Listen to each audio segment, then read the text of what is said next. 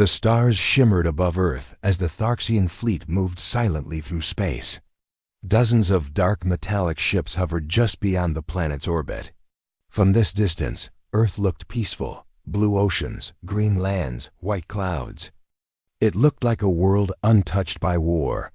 Inside the command ship, Fleet Commander Zurek stood in front of the main screen. His face was cold, confident. He wore silver armor marked with the blood-red crest of the Tharks Dominion, a race known for conquering planets quickly and without mercy. "Run the scans again," Zurek ordered. One of the officers tapped on a glowing console. "Scan complete, Commander. Same results. No plasma fields, no orbital defenses, no missile silos, no energy cores. No weapon signals at all." Zurek raised a brow. "No weapons at all? Not even primitive ones? Only basic transport. Machines, old satellites, civilian aircrafts. They have buildings but nothing fortified. Their signals are weak, some music, videos, simple data." Zurek smiled for the first time. "They're wide open. After all these years, we found the perfect world." The officers around him nodded. Earth was beautiful and defenseless. For a long time, they had searched for a planet rich in water, plants, and breathable air. Earth had all that, and not a single weapon. "They don't even know we're here," another officer said. "They're still celebrating their solar cycle. What do they call it? New Year." Zurek turned to the window and stared at the planet. "Prepare the landing ships," he said calmly. "We begin tomorrow."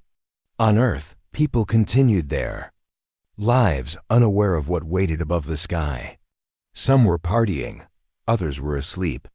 A few telescopes caught a strange shadow moving near the moon, but no one paid attention. But in a remote mountain facility in the Himalayas, something stirred, deep.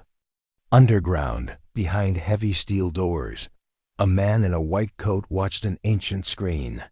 The signal had just changed. The air shifted. He picked up a red phone and spoke just one sentence. "They're here." Back in orbit, the Tharxian ships lined up for descent. The first wave of landers zoomed down through the clouds, heading for Earth's largest cities. "Commander." Zurek watched their progress. He expected confusion, screams, maybe a few attempts at resistance, but instead, silence. The ships touched down in New York, Tokyo, London, Rio, and Moscow. No missiles came. No soldiers arrived. The cities looked calm. Too calm. One soldier opened the hatch and stepped onto Earth soil. "Nothing," he reported. "Just people. They're watching us, not running, not attacking. Some are even recording us with small machines." Zurek frowned. Strange.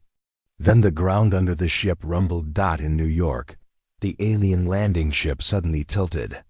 Its legs sank into the earth like it had turned to liquid.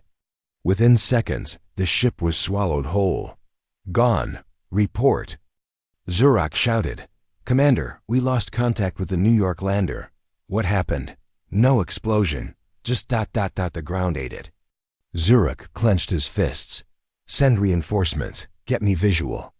Now, they tried. But every time the ship landed, something strange happened. In Tokyo, power lines exploded before the aliens stepped out. In Rio, time seemed to freeze. Birds hung still in midair. In Moscow, the air grew heavy, choking the soldiers inside their armor. "What is happening down there?" Zurek asked, eyes wide. One technician whispered, "Commander." "It's like the planet is alive." Zurek turned. "Don't be foolish." "No, sir. Something is wrong. It's not just the humans. The soil, the sky, the air. It reacts when we move." Zurek stared at the screen. The humans still didn't run. They didn't scream. They simply stood and watched. Why aren't they afraid? He muttered. The next day, Zurek himself led the landing to a remote location, the base of a tall mountain near Nepal. He didn't trust Earth cities anymore. He wanted answers. As the ship touched down, nothing happened. The grass waved softly. Snow blew gently in the wind.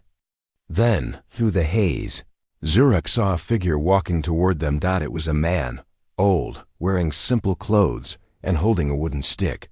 Zurek stepped out, armor gleaming. His guards raised their weapons. The old man didn't stop walking. Stop right there, Zurek commanded. The man said nothing.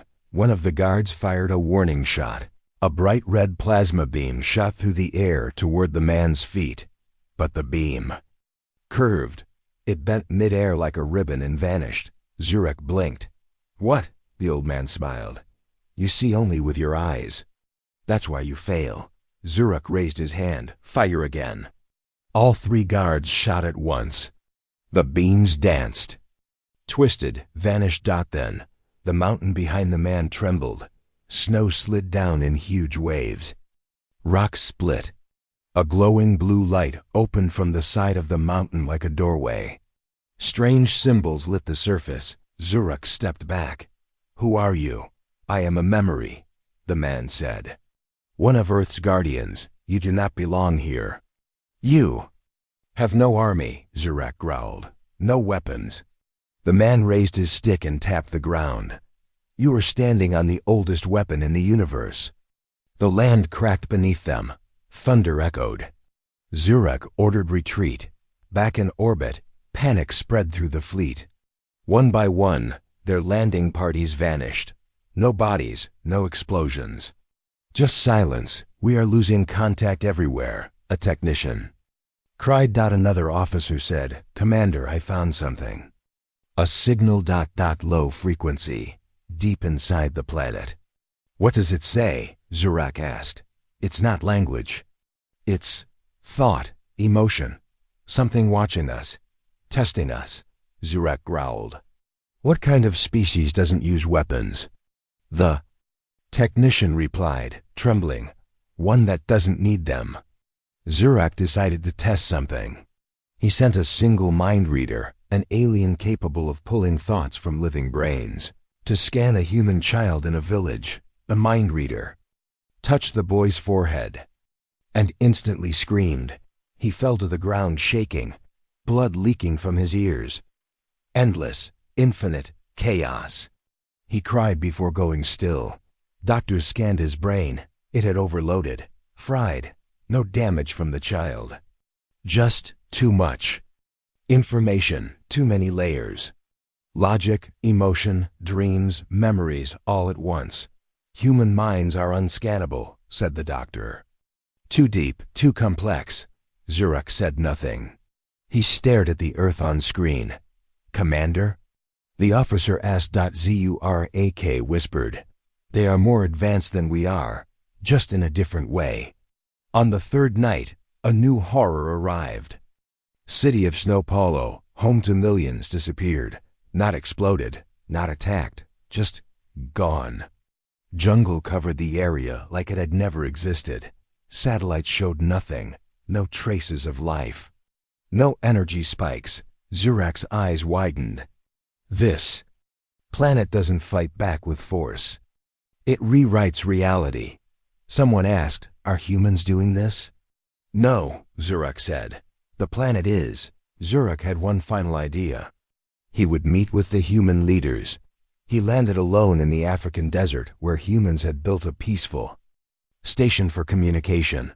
A young woman waited there, calm, smiling. "Why don't you attack us?" Zurek asked. She answered softly, "We don't need to. You erased a city. We returned it to the earth. Why are you smiling? Why aren't you afraid?" The woman looked at the sun and said, "Because we've already seen your future. And we survived it." Zurek stood still. The wind blew warm across his face. He knew then, Earth wasn't weak. It had evolved. It had become something more. Zurek sent a final message to the Thark's dominion. His voice was tired, his eyes hollow. "Do not come to this planet again. Do not test its peace. You will not understand its power. Earth is not defended by weapons. Earth is the weapon." He ended the transmission. Then he gave the order, "Retreat." As the alien ships left Earth's orbit, The humans below continued living their quiet lives. In the Himalayas, the man with the wooden staff stood at the mountain's edge, watching the sky. Behind him, the ancient blue light faded, and the mountain slept. Again he smiled, and whispered to the wind, "Let the next invader try." The sky above Earth turned strange. Clouds moved fast, winds whispered secrets, and birds flew in odd patterns. Far beyond the sky, the massive alien fleet of the Thark's Dominion prepared for the biggest invasion in its history. Fleet Commander Zurak stood tall on the command bridge, eyes fixed on the blue planet below. His steel armor reflected light from the command screens. Around him, officers worked quickly, their voices calm and sure. They had invaded over 50 planets. Earth, which had no weapons, looked like the easiest one yet. "Commander," an officer said, "all landing ships are ready. Shall we begin?" Zurak nodded. "Yes, start the invasion. Show no fear. This world will belong to us before sunset." The command was given. Hundreds of black ships broke through Earth's atmosphere. They split into waves, heading toward key cities: New York, Cairo, London, Paris, Shanghai, Delhi, and more. People on Earth looked up. The sky was full of dark shapes. In some places, humans screamed. In others, they stood still, filming the strange. Ships with their phones, but no one fought, no military jets, no anti-air guns, not even a warning siren. Zurak watched all this from orbit. "They don't even try to resist," he said. "They are weak," another officer replied. "They are afraid." Zurak wasn't so sure. One landing ship touched down outside London. The ground looked normal, dry grass, some trees, roads nearby. As the ship extended its landing legs, a strange thing happened. The metal feet of the ship touched the ground. And began to sink. "Pull back," the pilot shouted. "The ground." It was too late. In seconds, the entire 40-meter ship sank into the earth, like a rock in wet sand. No sound. No explosion. Just gone. "Ship 17 has vanished," the report came to Zurak. "Vanished how?" he asked. "No explosion. No energy blast. It just disappeared into the ground." "Was it quicksand?" "No, Commander. The terrain wasn't wet. It was solid seconds before landing." Zurak narrowed his eyes. "Send scouts to investigate." In the outskirts of Delhi, 2 Tharksian soldiers stepped out of their ship. They wore strong armor, their weapons ready. "It's quiet," one said. "Too quiet," the other pointed to a group of humans nearby. They weren't running. They were sitting on the roofs of buildings, watching calmly. Suddenly, the air grew heavy. Birds in the sky froze mid-flight. A leaf that had been falling stopped in the air. "What's happening?" the soldier asked. The second soldier reached for his weapon, but his hand moved slowly, like pushing through water. Then the ground cracked. A deep red glow came from below, and the ship behind them began to shake. "Retreat!" One shouted. But the ship didn't move. It tilted, then started sinking slowly, not into mud or water, but into solid ground that had become soft only under it. "Base, we're losing the ship," they cried. No response. Reports flooded in. In Paris, 2 ships vanished under the river. The river wasn't deep enough to swallow them. In Shanghai, the ground turned to glass under the engines. In Rio, the city lights blinked in a strange pattern, and time slowed for 5 minutes. Zurak clenched his jaw. None of this makes sense. Earth has no weapon systems. What are we fighting? An old technician, one who had seen more battles than most, whispered, "We're not fighting humans, Commander. We're fighting the planet." Zurak didn't answer. He was starting to believe it. In Los Angeles, a Tharksian squad entered the city on foot. Everything looked normal. Streets were empty, shops closed, cars still. Then, one soldier pointed at something strange. On the wall of a building, a mural had changed. It now showed the face of a Thark soldier screaming in fear. The soldier backed away. That wasn't there before. "Let's move," the leader said. They walked down the street. As they passed, each building, signs and posters twisted, changing to show images of Thark ships being destroyed, Thark cities burning, Thark's leaders begging for mercy. "It's a trick," one said. "An illusion." But the fear was real. Their weapons started malfunctioning. Their suits became heavy. Their comms fell silent. "Something is inside our minds," another whispered. They ran back to the ship, but the ship was gone. In its place was a tree, tall, wide, ancient. Its bark had markings that looked like the ship's design. "They've become part of the land." Someone said. The leader looked up at the sky and said, "We should not have come here." Back in orbit, Zurich faced a hard truth. Over half the goal. Landing ships were gone. No battles. No deaths. Just silence. "We need answers," he growled. He sent a team to a quiet forest in Canada. No cities nearby. No people. Just trees and open space. "Maybe in nature we'll find nothing strange," Zurich hoped. The ship landed gently. The soldiers stepped out. Nothing happened for 10 minutes. Then, one of them saw movement.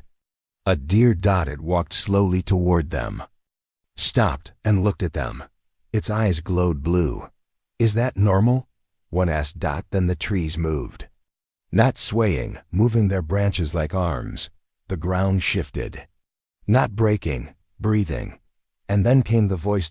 It was not from any throat, not from a speaker. It was in their heads. "Leave." The soldiers froze. "This world is not yours." One soldier collapsed. His mind couldn't handle it. The rest ran, but the ship was no longer there. Zurich sat in silence. This invasion was a disaster. They had brought weapons, technology, and soldiers. Earth had given them forests, rivers, air, and silence. But that silence was louder than war. "Commander," an officer said, "what do we do?" Zurich looked at the planet on the screen. "They were never hiding weapons," he said slowly. "They never needed them. We misunderstood everything." "They are primitive," someone said. "No," Zurich replied. "They are something else. Something old, older than us. Smarter than us in ways we don't see. Do we retreat?" Zurich didn't answer. He walked to the main window and stared at Earth. It looked calm, blue, peaceful. But he knew better now. The ground beneath Earth's cities was not soil. It was waiting, watching, deciding. And today, it had decided not to allow them in. Not with fire. Not with bullets, but with silence, illusions, and nature. The invasion had begun, but it was Earth that invaded their minds. As the fleet began to pull back, Zurich gave a final order: erase all invasion data. Hide this failure from the Dominion. Tell them Earth is useless. "Why?" someone asked. Zurich stared at the stars. "Because if they try again, Earth may not be so merciful next time." The Tharxian invasion was not going as planned. Commander Zurich, who had once been proud and fearless, now stood quietly in his command ship. His eyes were fixed on the Earth below. Something was wrong with this planet. The scans still showed no weapons, no energy fields, no shields. But ships were disappearing. Troops were vanishing.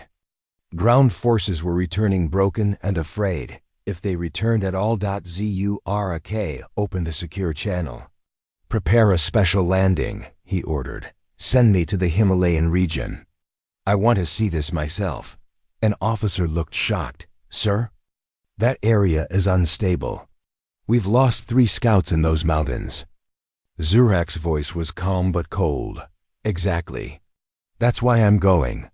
The transport ship cut through Earth's clouds and flew low over white snowcaps and sharp, jagged cliffs. The Himalayas stretched across the horizon like sleeping giants. The air shimmered with something strange. It wasn't just cold, it felt ancient. Zurich stood near the open hatch, staring at the land below. "Commander," his pilot said, "we're approaching the coordinates. No signs of humans nearby, just rock and snow." Zurek narrowed his eyes. "Then why does it feel like we're being watched?" The ship touched down on a flat, snowy ridge near the base of a mountain. 4 guards stepped out with Zurek. They held their weapons high, scanning the area. Wind blew gently, whispering between the rocks. There was no sound of birds. No animals, no human activity, only the mountain.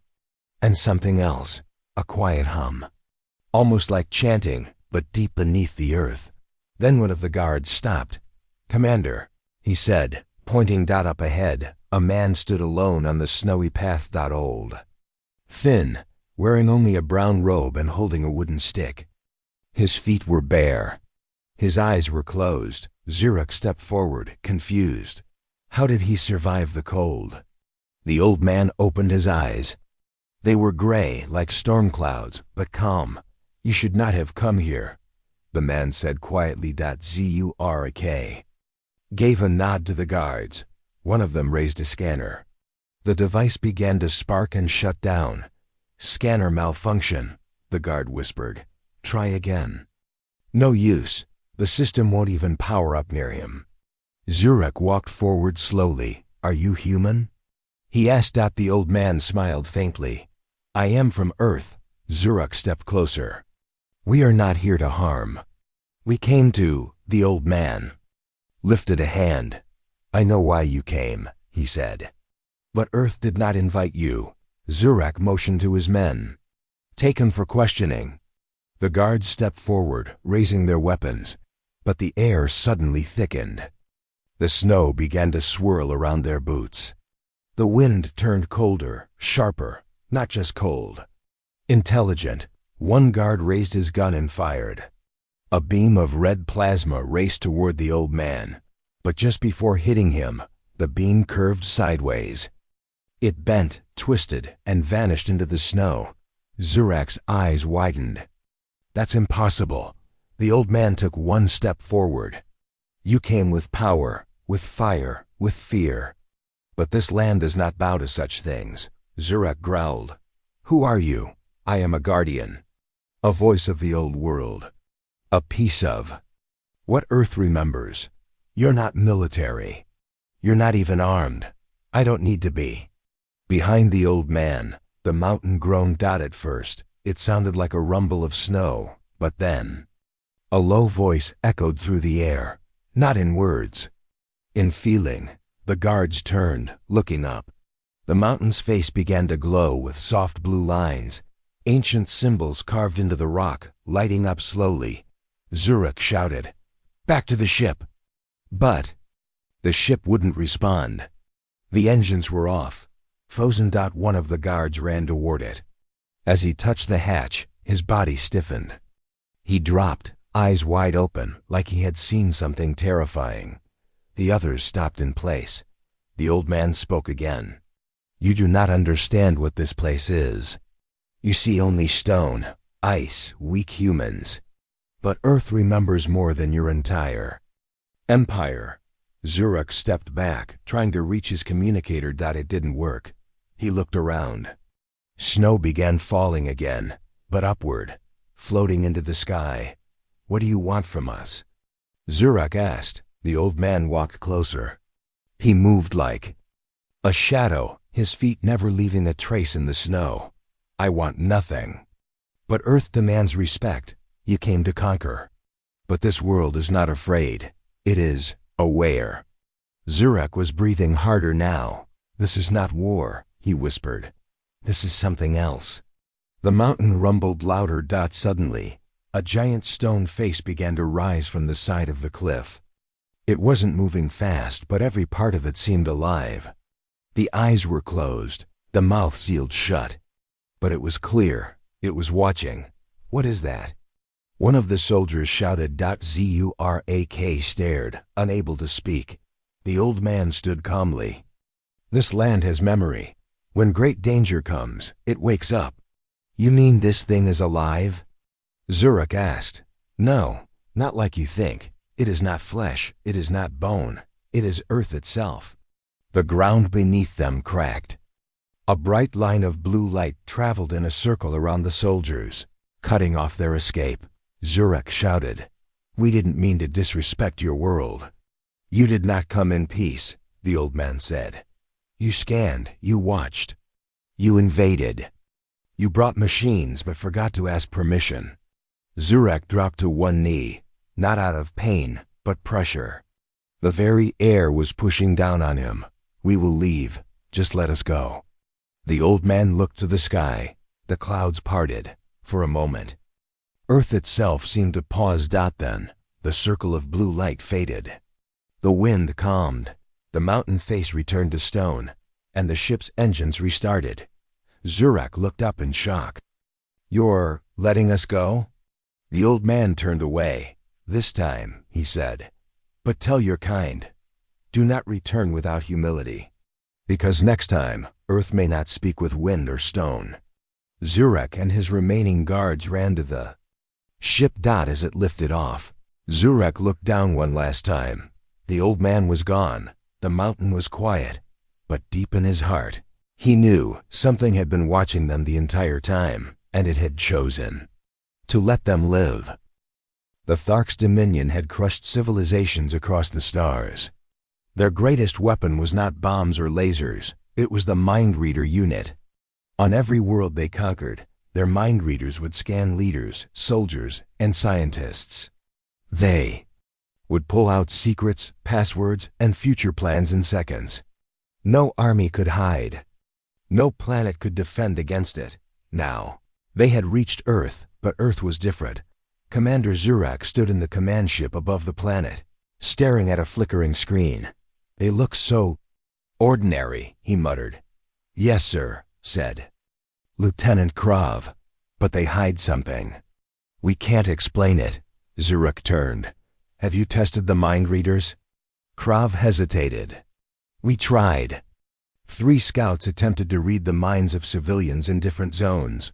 All 3 collapsed within seconds." Zurek narrowed his eyes. "Collapsed? How?" "Seizures. One is still in a coma. The others are speaking nonsense. We can't decode what they saw. Show me." In the medical bay, the first mind reader, Salak, lay strapped to a bed. His eyes were open, but unfocused. His mouth moved constantly. Zurek leaned in to listen. The echo of fire, walking oceans, colors that taste like metal, singing bones. Salak whispered, again and again. Zurek turned to the medic. "Is this a hallucination?" We scanned his brain. It shows thousands of signals firing all at once, as if he's dreaming. While awake, but too many layers, his mind, it broke, Commander. Zurek stepped back. From reading a human mind? Yes, a young girl, 6 years old. She was drawing pictures when he touched her. Zurek walked back to the strategy room. He faced his officers. "We must understand what these humans are hiding. If weapons don't destroy us, their minds might." One officer, Varn, spoke up. "We have one option. Use the deep sink chair." "No one has used it in years," another said. "It's dangerous." "I'll go myself," said Varn. "I want to know the truth." Zurek stared at him, then nodded. "Do it. Choose a subject carefully." The deep sink chair was a dangerous machine. Unlike the regular mind readers, this one fully connected the reader's brain with the subject's. No filters. It was designed to break through even the strongest mental defenses. Varn chose his target, a calm, middle-aged man found in a small village in Canada. He had offered no resistance when taken. He simply looked at the aliens with curious eyes and said, "You'll regret this." Now he sat quietly in a glass room aboard the Tharxian ship, staring out the window at Earth. "Name?" Varn asked. "John," the man replied softly. "You are not a soldier?" "No." "You are not a scientist?" "No." "Then why does your kind resist our scans?" John smiled. "Because you're looking for something that doesn't exist," Varn frowned. "I'm not here to talk. I'm here to see." John's eyes met his. Then be ready to see more than you understand. Varn entered the deep sink chair, wires attached to his head. Across the glass, John was connected as well. Begin. Varn ordered. The world around Varn vanished. He wasn't in the ship anymore. He stood in the middle of a field.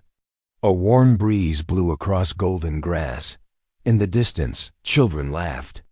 Mountains moved like waves. What is this? Varn said. It's a memory, said a voice behind him. He turned and saw John.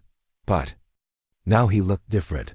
Taller, older, younger, glowing. Changing constantly. This is your mind? Varn asked. No, John said. This is yours, mixed with mine. It's what you understand, so Earth makes it easier for you. Earth? Yes, we're connected to it. All of us, you don't. Understand because your kind only knows control. We live in chaos, harmony inside disorder, emotion within reason. Varn tried to focus. Give me your knowledge, John laughed. You think knowledge is a key you can steal. But humans don't hold it in one place. Images exploded around Varn, a mother crying, a child laughing, a soldier running into battle, a tree growing through a building, a poem written on a wall, music, fire, death, love. All at once. Varn fell to his knees. Stop, he gasped. But it didn't stop. He saw billions of faces. He heard languages mixing. He felt sadness, joy, hunger, rage, curiosity. So much. Too much. His mind screamed. And then darkness. Varn awoke in the medical bay. Zurek stood over him. What did you see? He asked. Varn shook his head. Tears rolled down his cheeks. I saw everything. And I understood nothing. Zurek leaned closer. Did you get any data? No, only chaos. Their minds are not like ours. They are not clean. Not structured, but they are powerful. Zurek turned to the officer. Where is the human? He's still in the glass room, unharmed. Zurek walked down the hall and faced John again. You destroyed one of my best men. John shook his head.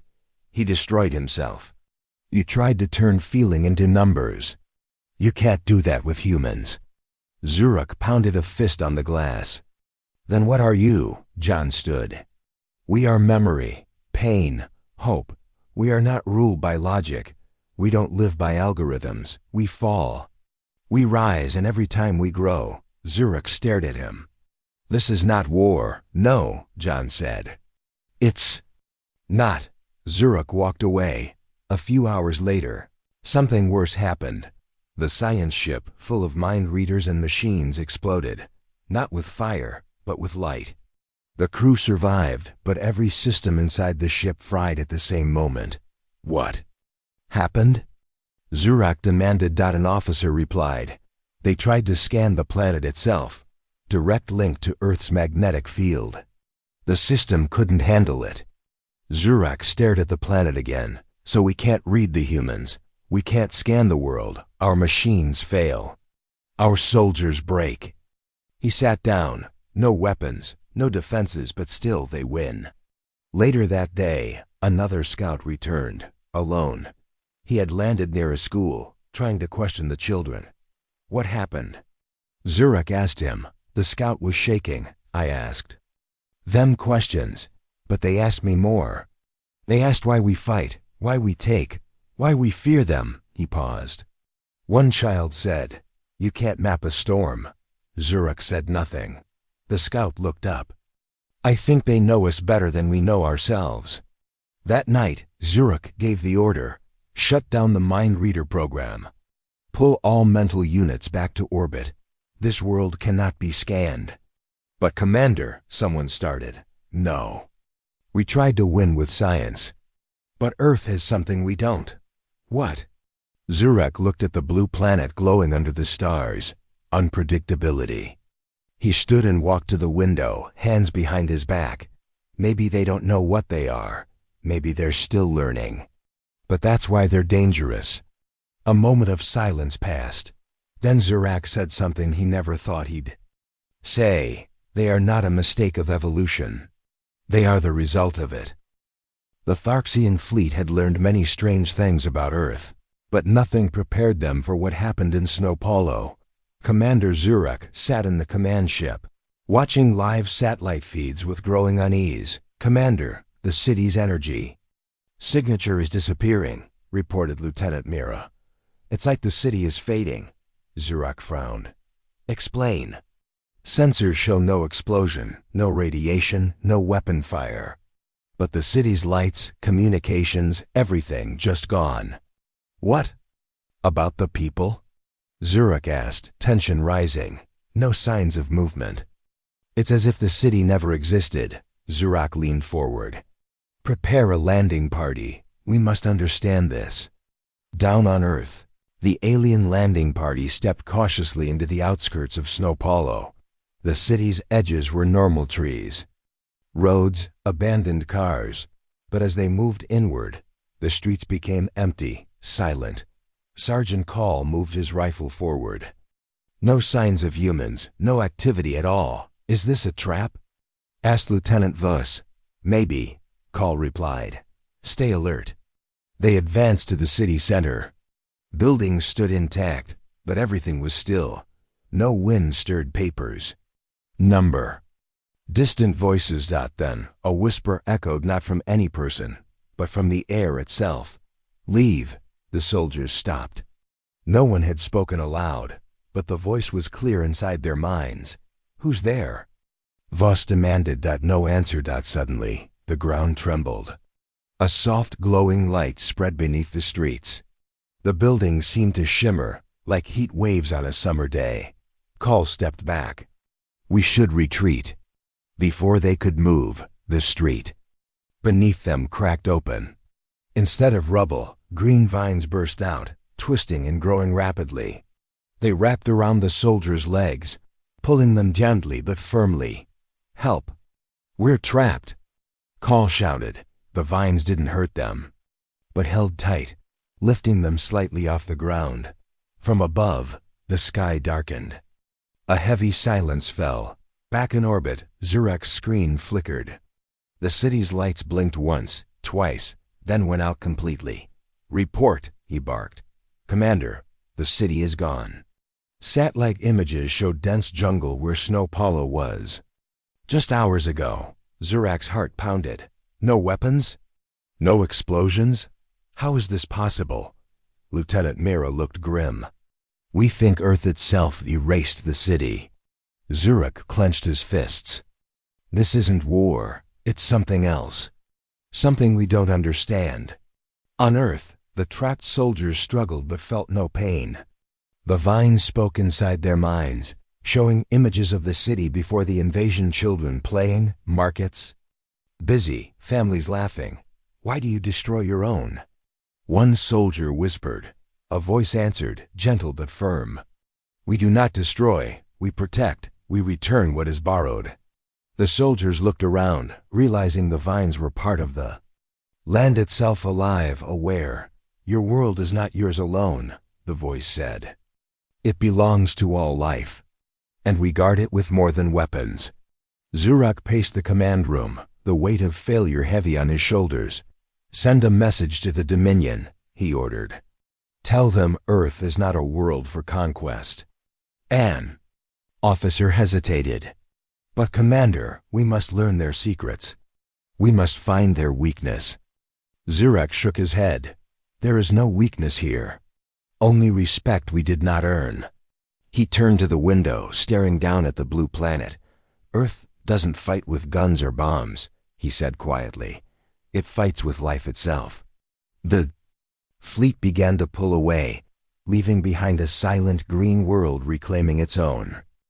The Tharxian ships hovered silently above Earth, their dark shapes casting long shadows across the planet's surface.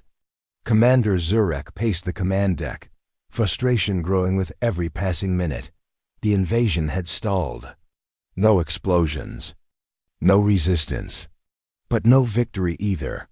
"Commander, the fleet is reporting strange sensor readings again," Lieutenant Mira said, her voice tense. Zurak stopped and looked at her. "What kind of readings?" They call it memory, sir. The ship sensors pick up images and feelings from Earth itself. Old scenes, voices, emotions. It's overwhelming the systems. Zurich frowned. Memories? That's impossible. Our sensors detect energy and physical objects, not thoughts. Mara shook her head. We don't understand it, Commander. It's like the planet is sending messages through time. Zurich stared at the glowing blue marble below. Show me. The main screen flickered and then filled with shifting images, people dancing in ancient villages, battles long past, children playing near rivers, voices calling out in many languages. Zurich rubbed his temples. Why is Earth doing this? Voice crackled over the intercom. Commander, we just lost contact with the landing party near the Amazon basin. Zurich turned sharply. Explain. The officer's face was pale. They reported seeing shadows moving in the jungle, figures from their own past. Faces of lost friends and enemies, memories of battles and peace. Then the connection stopped. Zurich's heart pounded. Memories, not missiles. This planet fights with its past. On the ground, Sergeant Call's squad huddled among thick vines. The air was heavy with a strange silence. I don't like this, Call whispered. It feels like the jungle is alive. Private Lorne nodded. It's not just alive, it's remembering us. Call frowned. What do you mean? Suddenly, the jungle shifted. The vines formed into shapes, faces of old friends, faces of enemies, all staring at the soldiers. One face stepped forward. It was Corporal Rin, Call's friend who had died in battle months ago. Call, the face said softly. Why do you fight? Call shook his head. This is impossible. You're dead. The face smiled sadly. We are not dead here. Not where? Memory lives. The vines wrapped gently around the soldiers, but instead of fear, Call felt peace. Earth does not want war, the voice of Rin said. It wants understanding. Back in orbit, Zurich gathered his officers. We cannot fight this planet with weapons, he said. Earth's defense is its memory. It brings the past to life to stop us. Commander, Lieutenant Mira said, we must retreat. Our ships are failing. Our minds are confused. Zurich's eyes darkened. No, we need a new plan, one that honors their power. How? Asked an officer. By listening. Zurich said. He opened a communication channel to Earth's leaders. A young woman's voice answered. You come with weapons and war in your minds, she said calmly. But Earth responds with memory, not missiles. We remember all love, pain, hope, loss. Zurich swallowed hard. We did not understand your ways. We thought silence meant weakness. The woman smiled. Silence is peace, not fear. Zurich stood at the window, watching Earth turn beneath him. I came to conquer a planet, he said softly, but found a story. The stars outside seemed brighter. Earth's memories are its strongest weapon, he said. And maybe they are the future. The Tharxian command ship hung low over Earth's orbit, its dark silhouette cutting across the glowing blue of the planet below. Commander Zurich stood alone in the communication room, the weight of countless failures pressing on him. The invasion had collapsed. No weapons, no armies, no conquest. Only silence and strange, living memories that had pushed his forces to the edge of madness. Zurich activated the broadcast channel. His face appeared across every screen in the Tharxian fleet, a face worn by doubt and loss. This is Commander. Zurich, his voice was firm but heavy. Our mission was to claim Earth for the Dominion. But what we found was beyond any weapon or strategy we possess. He paused, eyes staring at the planet below as if searching for answers. We scanned this world. No weapons. No defense systems. We thought it weak, simple. But Earth is not simple. It does not fight with missiles or guns. It fights with memories. With its soul. One officer whispered in the room behind him. What does he mean? Zurich continued. Our technology failed. Our minds broke under its power. The planet's defense is not metal or fire. It is living history, the voices of ancestors, the pain of loss, the hope of every human who ever lived. He clenched his fists. We attacked a world that remembered everything. And Earth fought back with visions and illusions, with nature itself rising against us. Zurek looked straight into the camera. I warn every fleet in the Dominion, this planet is not to be touched. To invade it is to face not just a people, but an entire living past. We have lost too many already. Behind him, the stars shone cold and distant. But Earth glowed warmly below, silent and watching. Respect this world, learn from it, do not try to conquer it. The broadcast ended. Later, in the quiet of his quarters, Zurek sat staring at a small plant the humans had sent as a gift during their limited talks. It was simple, a green leaf, soft and alive. Why did we fail? He whispered to himself. A voice answered softly behind him. Because you came with fire and forgot to bring understanding. Zurek turned to see a human woman, her eyes steady and kind. We are not just memories, she said. We are life itself, fragile, strong, and wise. Zurek nodded slowly. Then teach us. She smiled, only if you listen. The stars outside the window were no longer cold. They held a promise that maybe one day, two worlds could meet, not as enemies, but as something new. The Tharxian fleet had retreated, battered and broken by a planet that showed no signs of traditional defense. Commander Zurek sat alone in the dim light of his command ship, haunted by the memories of failure. His mind raced with questions. How had Earth, seemingly unarmed, repelled their greatest invasion without firing a single shot? Commander, Lieutenant Mara entered the room quietly. There's something you need to see. Zurek gestured for her to proceed. She tapped. The console and the main screen lit up with an image of a vast network of glowing lines stretching beneath Earth's surface. What is this? Zurek asked, frowning. It's a living system beneath the ground, Mara explained. Not technology. Not alien in origin. It's organic, connected to every corner of the planet. Zurek leaned forward, eyes narrowing. You're telling me Earth wasn't defenseless? Mara shook her head. It was watching, waiting. The scene shifted to a recorded transmission from one of the vanished landing parties. Their voices trembled with confusion and fear. We landed near the forest, the squad leader reported. No enemies in sight, but then the ground moved. A soldier whispered. The trees, they were alive, not like plants. Like watching eyes. Vines wrapped around us, another voice said. But they didn't hurt, they showed us. Visions. Visions?